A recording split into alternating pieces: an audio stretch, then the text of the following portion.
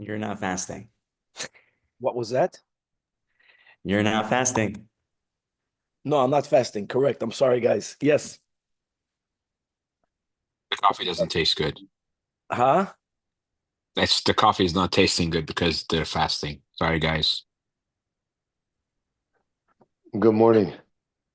Morning. Good morning. With the help of Hashem, we are learning Yerushalmi Shvis, Perek Dalet, Halacha Gimel, and Halacha Dalet. We're learning today Daf Chav Tes. We left off on Daf Chav Tes, Amud Aleph, 8 lines from the top of the Amud, beginning with the new Mishnah. I just want to conclude by saying, concerning the story of Rabbi Tarfon, which, by the way, we have a very similar story in the Daf Samach Beis.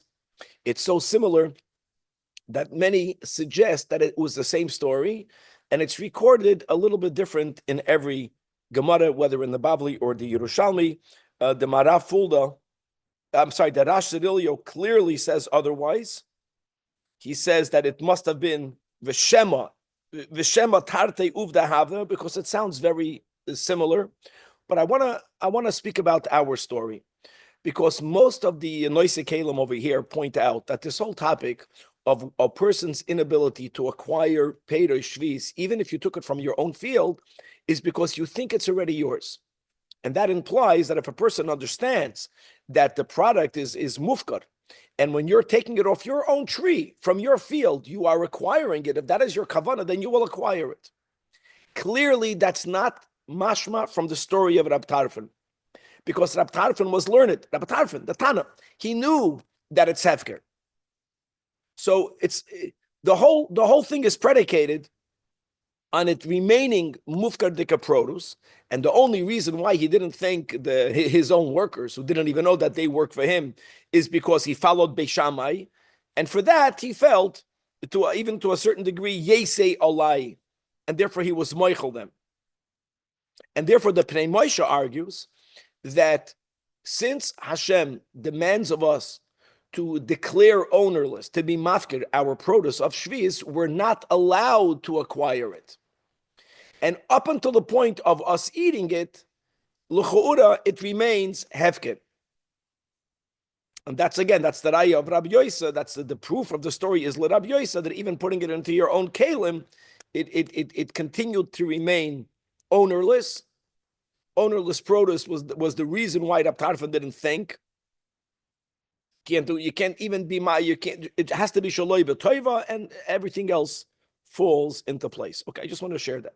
Now, the halacha gimel, the Mishnah, is going to speak about the permissibility or the prohibition of contracting, of renting property from a goy on Shvis, when the goy's understanding is that he has to provide this land to the Jew after Shvis already plowed. Is that allowed? Is that not allowed? Don't forget, goyim are not mitzuva to keep the laws of Shemitah, and we'll see these details in the Mishnah. B'chlal, is one allowed to verbally support people who work during Shvis? It's going to be a little bit of a Hasidic topic of, do we have to disassociate from a Jew who's not keeping Shvis, or adarabo, let's befriend him with the understanding that that's the way forward. If there's any chance for that person to keep Shemitah, his chaverim have to also have in them Yidden that are shomerei mitzvahs. Anyways, that's going to be the topic of Halacha Gimel. Halacha Hey is going to speak about a topic that we already quoted before, and that is that when trees are planted in a proximity, that they are, so to say, too close one to the other, one will actually take too much nutrient from the land, and it's going to ruin the other trees. And even though we're not allowed to work the land to make an improvement on Shvi'is, we are allowed to take action on Shvi'is that will prevent a loss, that will prevent ruin. And therefore, thinning out trees would mean that if they're too densely packed, you want to remove some of them. Me'ikar adin, it's mutter. The problem is marasayin. That's the issue. And do you have to do something to prevent marasayin, or don't you have to do anything to prevent marasayin? As we will see, machlikas Beishamai and Beisilol, in which Beishamai is a bit more machmer. Yes, there is a point where we say psik reisha. The example will be if you have a psulas shikma, a virgin sycamore tree. Sycamore tree, we are learning, is some sort of wild fig tree. It's in that group. And if it was never cut before, that's the pshat of psula. When you cut it the first time, you cause for many branches to grow out. Now, there is a person who's cutting branches off a tree for firewood. You can say it's zoymer. Zoymer is pruning. We'll see how in many cases it won't be zoymer. And in some cases, in the psula shikma, even if your intent is only for firewood, it will be prohibited. And the final big topic of today's daf, which is amazing, will be a machlokes tanoim, whether a person is allowed, not only midoraisa, even midrabanan, to work the land for a product that does not have shvi's sanctity. So, for example, reeds don't have kedusha shvi's. Ilonei sirak, barren trees, don't have kedusha shvi's. We're going to see that Shimon ben Gamliel holds that it's mutter. Listen, it's mutter for you to plant an ilon sirak on shvi's. It's like awesome. The whole issue of working the land is only for produce that has peiros. If it doesn't have peiros, if it's not food, then either the Tanakama who holds it's asur will say it's an isur midrabanan, and again we'll have Rashbag who holds that it's mamash mutter even on a rabbinic level. This will be the big chiddush of today's daf. Let's start from the beginning. Daf Chavtes Amud Aleph by the Mishnah Halacha Gimel, 8 lines from the top of the Amud. There are different ways of renting property. One is called schirus, in which the renter pays money. One is called an arisus, in which he gives the owner a percent, if it's a field that produces a percent of the produce. And then there is another type of rental that's called chakirus, that's ches chaf, right, yud reish vav saf, in which produce is used to pay rent. Doesn't have to be produce of this field. It's not a percent. And that's the example the Mishnah is giving. The Mishnah is not only speaking about choichrim, it's really, an example of renting. So it says the Mishnah that a yid is allowed to rent nidin. Nidin means a field that's plowed. Now, 1 second, it's the Shemitah year. I'm making a kinyan now with a goy, not to begin the rental during the Shvius year. The rental will go into effect right after Shvius. But what is the agreement? That he will give to me a plowed field. The only way the goy can give to me a plowed field, matzei shvius, is by the goy plowing it on shvius. On shvius, it's not mine. If it would be mine, then, we're learning now with the Rambam. Amida la'akum. If I can't do it, I can't have my workers do it for me. It's not mine yet. But I'm renting it now. That's the word. I'm allowed to rent a field on shvius for it to go into effect, matzei shvius, even though the type of field that I am renting, matzei shvius, has to be a nidin, has to be a field that's already plowed. I am allowed to do it. That's mamish gavaldik. Goyim are not mitzuv in shvius, and I'll tell you more than that. When the goy plants his field on shvius, he's not doing it for the Jew. That's not the way you have to look at it. If you own a field and you plan to rent it out, your field has more value if it's for rental, if it's already plowed, than if it's not plowed. You have a piece of real estate. Let's say your apartment, your house is more valuable if it has furniture, if it has electricity, if it has things that people need. So even though the guy already made an agreement, it's not pshat he's doing it for the Jew. The guy wants for his field to be a more valuable field. More valuable field, by the way, commands higher rent. In other words, that's the way that's why there's no problem. Avol, but not from a yid. In other words, here's the word. The chiddush of not from a yid is that even if let's just say that plowing a field, just a mushal, Vlad, takes, let's say, a week. I don't know how it takes a week. And I'm making a contract with the Jew on Shvius, but the contract goes into effect 1 week in the 8th year. That means theoretically the yid could do it on the 8th year. If the Jew is chashud ala shvius, if we know that currently he's not yet keeping Shemitah, that's the chiddush. I'm not allowed to do it. Even though theoretically I can argue, I'm giving him enough time to do it matzei shvius. But that I'm not allowed to do. That's called I'm being somehow I'm motivating. I'm being a misayeh to someone who's. That's the chiddush of the Mishnah. The next topic in the Mishnah. Now there are two very different ways of learning the Mishnah, as you'll see. Umachzikin yedei goyim b'shvis. To be machzik someone, to give someone chizuk, is referring specifically the way we use this term, the hamish. I need chizuk. We're speaking about verbal chizuk, verbal support. That I am allowed to go over to a guy who's working on his field on Shemitah. He's allowed to do that.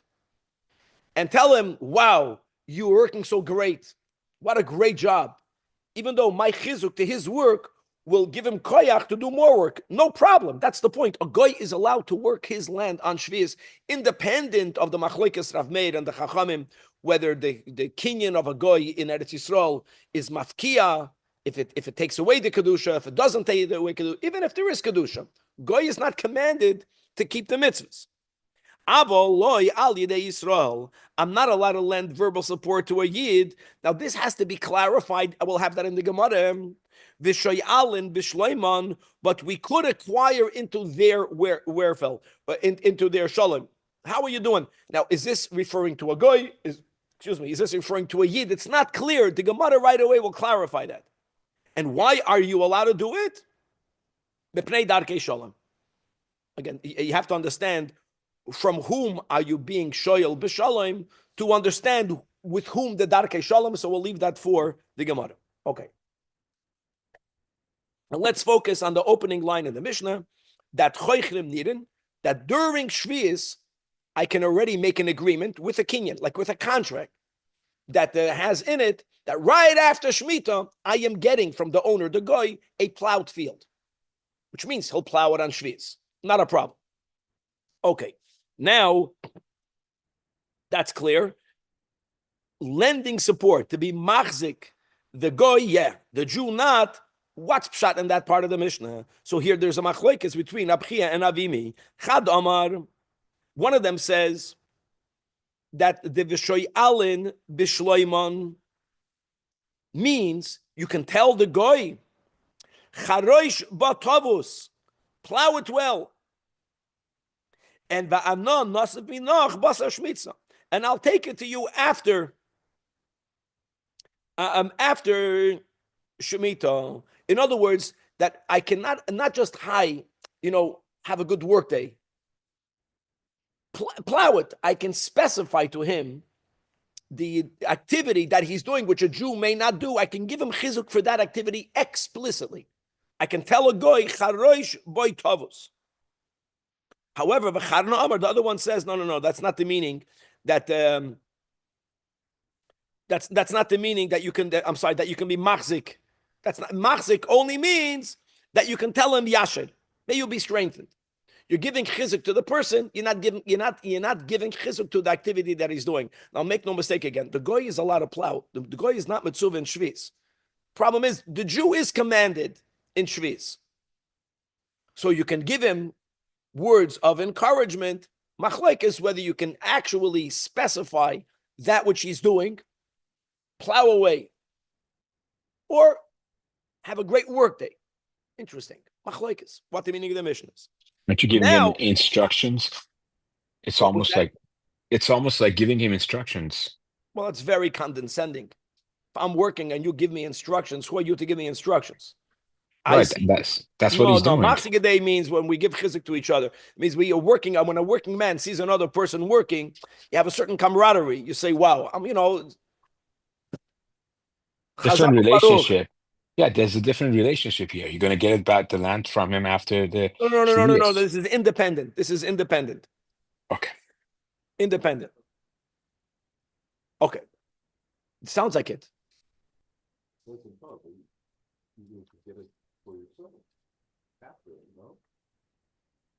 No, that is the first part of the Mishnah. This is really good. The second part of the Mishnah. In other words, second part of Machzikim Yidei Goyim B'Shvis is a general statement. Look inside the Marafuld on the Mishnah.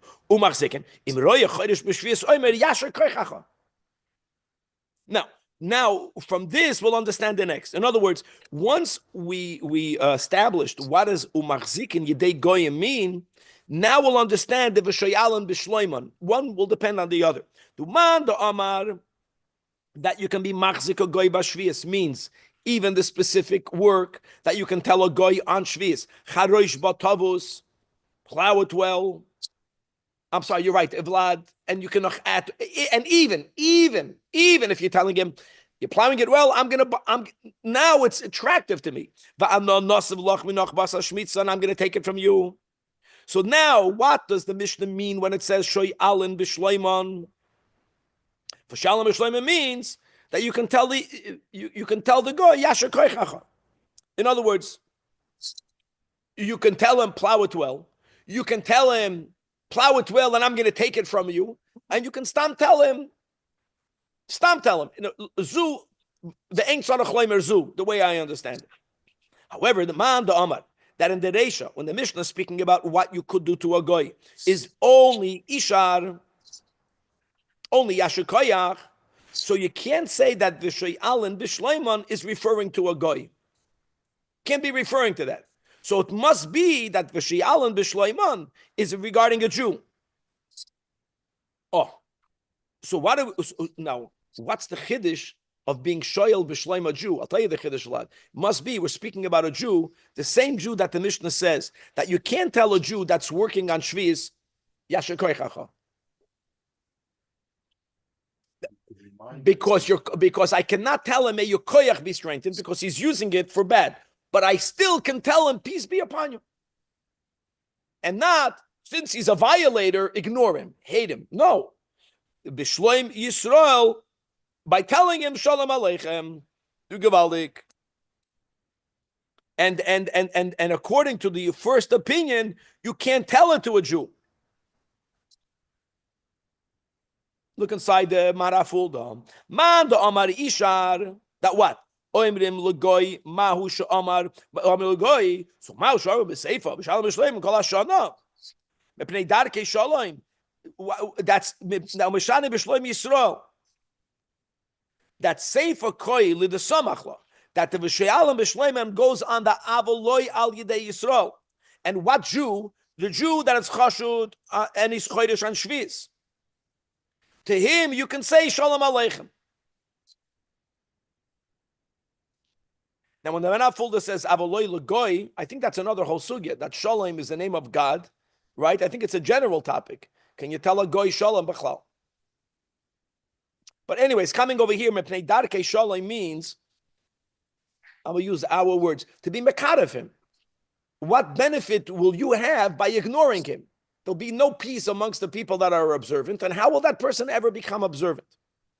Okay. Now the Gemara says a story. Dolma, we had this a lot in Brachas, in Yerushalmi. Dolma means, Dol Lema. This you have to tell over. Dolma is the way the Yerushalmi introduces a Maisa. We learned in the beginning, I don't know whether it was the Pnei Moshe, whether it was the Marafulda. Dolma, he said Maisa, a story. Dolma, Abchinana bar Papa and Abshmuel bar Nachman, Avrun al-Chad b'chorshe shviis.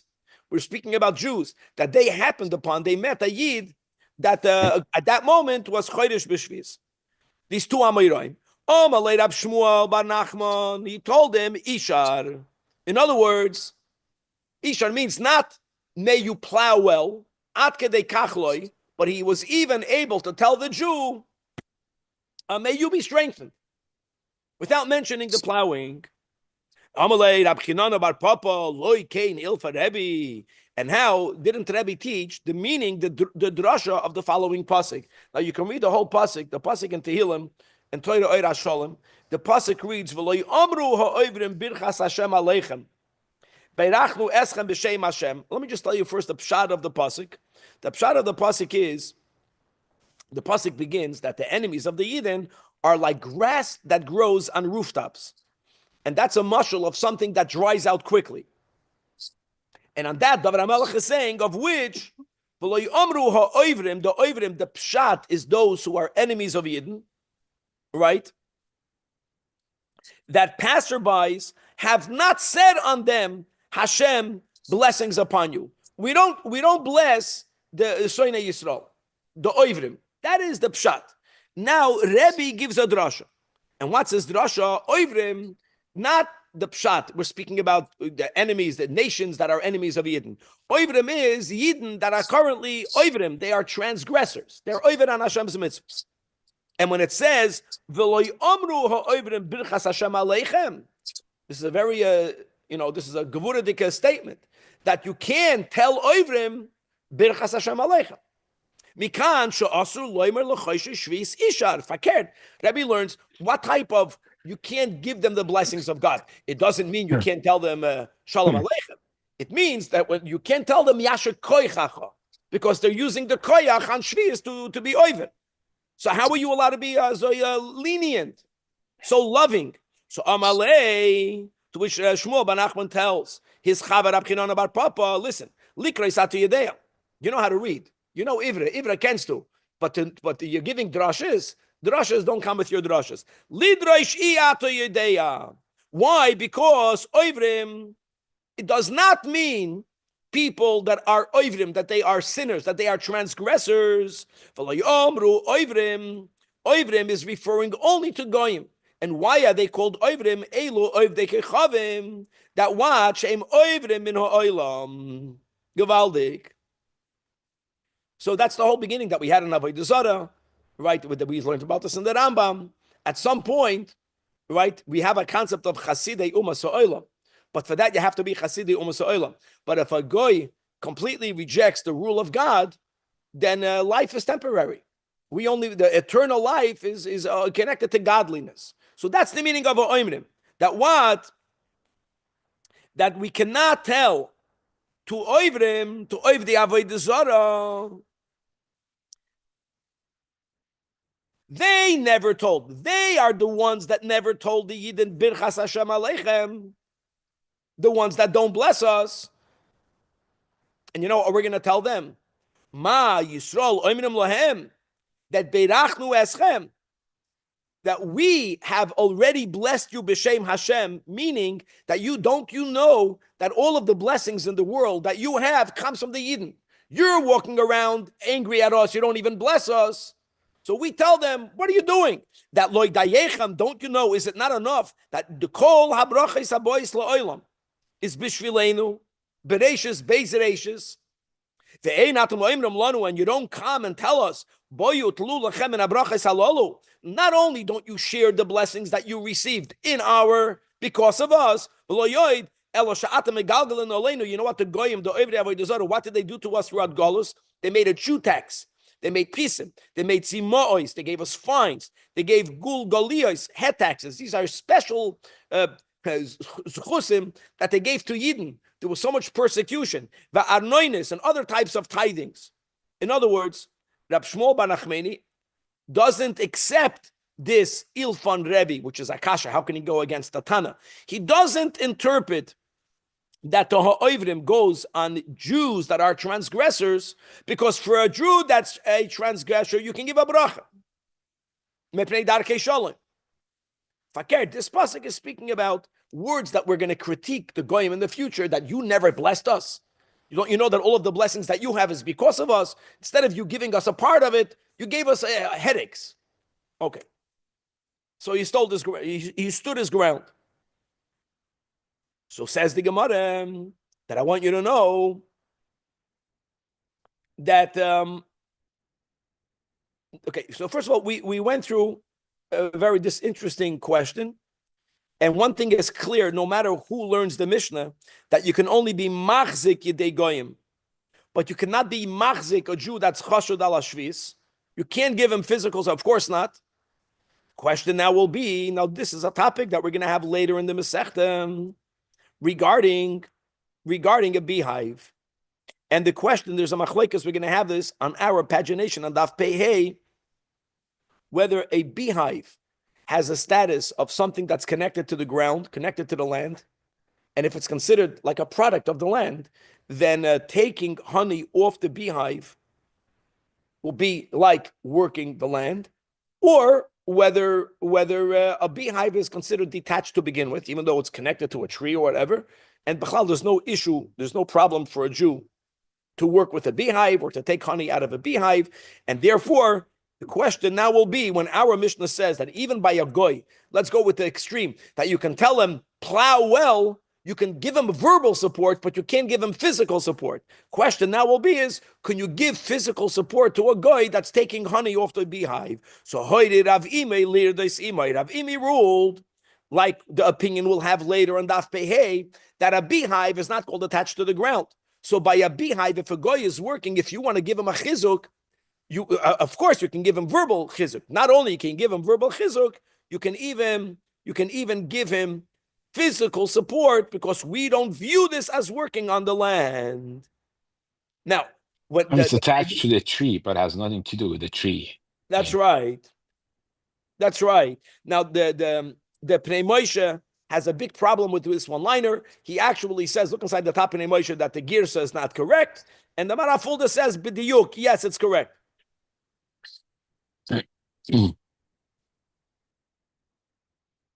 Actually, he has a girsa, I'm sorry, that hoided of imi, lirdois imay asur, he has another understanding, that you're not allowed to physically give him physical support. You can tell him, gavaldik with your plowing, but you can't help him with the plowing. And now he writes, Vaharambam Zal, that you see the Marafulda, Goras lirdois is meaning bekaveres. Lirdois, you are allowed to help him take honey out of a beehive, and that is mutter. And what's the chiddush? Lafuke, the Rabbi Eliezer, the Sfiralei, will learn Pedikut Halacha Gimel, that it's Shikir Karkan. That's the way the Kesef Mishnah leaves the Girsa in the Gemara, exactly the way we have it, the way that Rambam had it. Okay. And now moving on to Halacha Dalet, Daf Chavtes Amud Beis, all the way on top. So we had this word before, Meidel. Meidel means to thin out. We're speaking about olive trees that were planted too close together. And if you will not remove some of the trees, one will take away the nourishment of the other. So it's detrimental to the trees for them to be the way they are. And therefore, you are allowed to remove it on Shvi'is Me'ikar Adin. Aber, there's an issue of Marasayin. People might think, it might give the appearance that you're working on the land. Now, one of the ways you can avoid the Marasayin is by only doing Yogoim and not Yisharesh. Yogoim means that you raise it until the ground, but you don't uproot the roots. When you don't uproot the roots, you're not working in the land, the tree is going to die. The nourishment won't be taken. If you go all the way to the ground, if there is no issue of Marasayin, then if you want, you can even remove it with the roots. Even though that means you're going to be digging into the ground, but it's going to be self-evident, according to Beis Hillel, with other nuances, that you're only doing it to give more space for the trees around it, and you're not doing it to work the land. And we don't consider this some sort of tolda of zoimer, because when you prune a tree, as we'll see in the next case in the Mishnah, you are actually making that which remains grow stronger. You are adding its growth. Here, when you thin out the trees, you're not adding the growth of the neighboring trees. You're just taking away a michshoil that would have prevented it from growing it to its full potential. And as we learned to steam already many times, taking away damage you are allowed, doing something that stimulates additional growth, that is where it's asur mitam zoimer. So says our Mishnah, Hameidel b'zeisim, if a person is thinning out a densely planted olive tree area, no matter how many trees are there, no matter how few trees you're taking out, he holds that there is always an issue of marasayin. Yes, you are me'ikadadin allowed to remove it, but only do it in a way where it's self-evident that you're not working the land. And how is that? Yogoim. Yogoim means raise it to the ground, but do not uproot it. That in some circumstances, as we'll see in a moment, you may even yesharesh, you may even remove it with the roots. However, umoidim, Beis Hillel will agree with Beis Shammai. The machlik means when you're clearing out an entire area. An entire area means whatever the Mishnah will define in a moment. How large is that area? You're going to end up creating a smooth patch of land. That's the meaning of machlik. You see, when you thin out trees, but the ones that are remaining are still very close one to the other, you don't have a smoothed out area. But if you are taking out a higher number of trees, and therefore you are creating a smoothed out land, There is a maras ayin that what you are doing is working that land. So he'll be moida that over there, acha yogim, you can only do it if you only raise. If you limit yourself to the yogim and you don't, you're not misharesh, you do not uproot it. Now, says the Mishnah itself, okay, how do we define meidel? Thinning out lebesila lizmuted completely, legamre yisharish. How do we define the machlik? So eza meidel. So echad oishnayim. Now 1 and 2 means if you have a row of trees, guys. So either there's 1, 2, 3, and you move out 1 in between the ones that are remaining. 2 would mean, let's say you have 4 trees and you are removing the 2 middle ones and you are leaving the 2 outer ones. In other words, the space in between the remaining trees will be, now that you removed it, there's only 1 empty space or 2 empty spaces. That's the limit. Machlik will be 3 or more. Hamachlik, says the Mishnah, shloisha zebet sadzem. Okay. Now, how close were these trees planted from the outset? Obviously, they were not planted in the normal 10 to a besa. They were planted, packed in. So it's not about how many feet do you need to have. It's not about that. It's that people see it's densely packed. People see the owner, the Jew, removing it on Shvis. They're olive trees. They need a lot more space. That's why it's a great example that olive trees needed to be thinned out. Okay, very good. Now, says the Mishnah, that's only mitoich shaloi. Where is there a chashash of maras ayin? Guys, we consistently have it when you are clearing out your own field. So a person can think that not only are you thinning out the trees, but now that you have a nice, smooth, empty patch of land, you want to plant something over there, and the digging out the roots is your way of already prepping the land, so it's the appearance that you're doing something prohibited. But the moment a person is taking out trees from his neighbor's field, now why would I take out my neighbor's field's trees? We're not talking about someone that was hired to do so. We're not talking about a worker. We're talking about me going into your field to take out your trees. I am doing it because I want your wood for my firewood. I need fuel. I need heat. The moment it's clear that the one removing the trees is doing it for the wood, then there's no marasayin. And therefore, everyone is moida af hamachleik.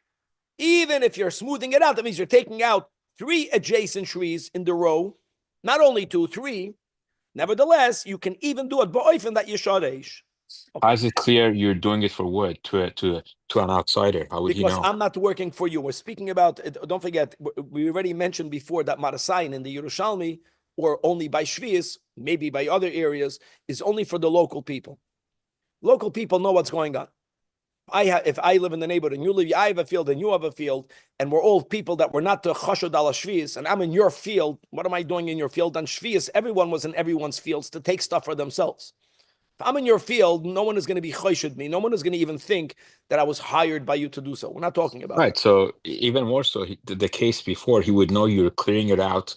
He knows you're not clearing it out for to farming. Why not? If you're the owner, why not? Why not? No, if you're the owner and make neighbors know, like you said, neighbors know each other. They know. Doesn't matter. But I'm seeing you working. That's the thing by marasayin.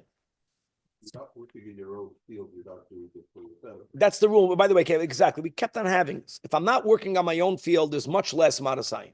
We had that removing stones, removing stuff. Right. We had that before. Okay. Right.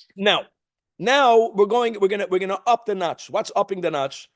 That when I thin the trees, thinning out trees means I'm taking out some trees entirely and leaving other trees entirely. That's the most distant from pruning. Pruning is explicitly prohibited.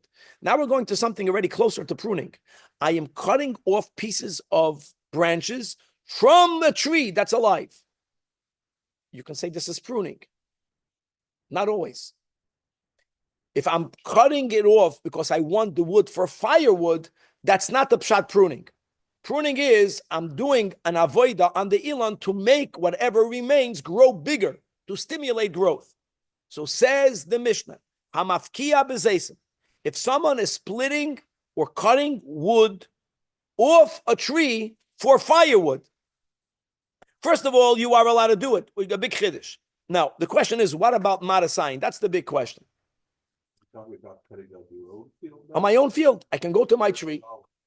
I'm going to my olive tree, and I'm cutting it off. Again, if my intent is not to stimulate growth, there is going to be a point that the Mishnah will give where it's going to be psikresha. But by Zaysim, it's not going to be psikresha. And the only issue will be is that when you cut a piece of a branch off a tree, if you don't do something to the area of the cut, the remaining tree can get ruined. And the ideal would be to put earth and to get it moist, and it would become muddy-like. The problem that would then stimulate growth. That is something that you can't do. Because that will stimulate growth. That is the problem now of Zoymer. On the other hand, to do nothing is also not a solution. The tree will get ruined. So what should you do? Cover the cut either with stones or with straw. You have to know, you have to be a botanist. They will protect the tree from ruin, and they will not stimulate growth. That's the word to the Mishnah. Now, not only do we say that by an olive tree, which was, let's say, more common for people to use some of it for firewood, even when it comes to a sycamore. A shikma is a certain type of wild fig tree.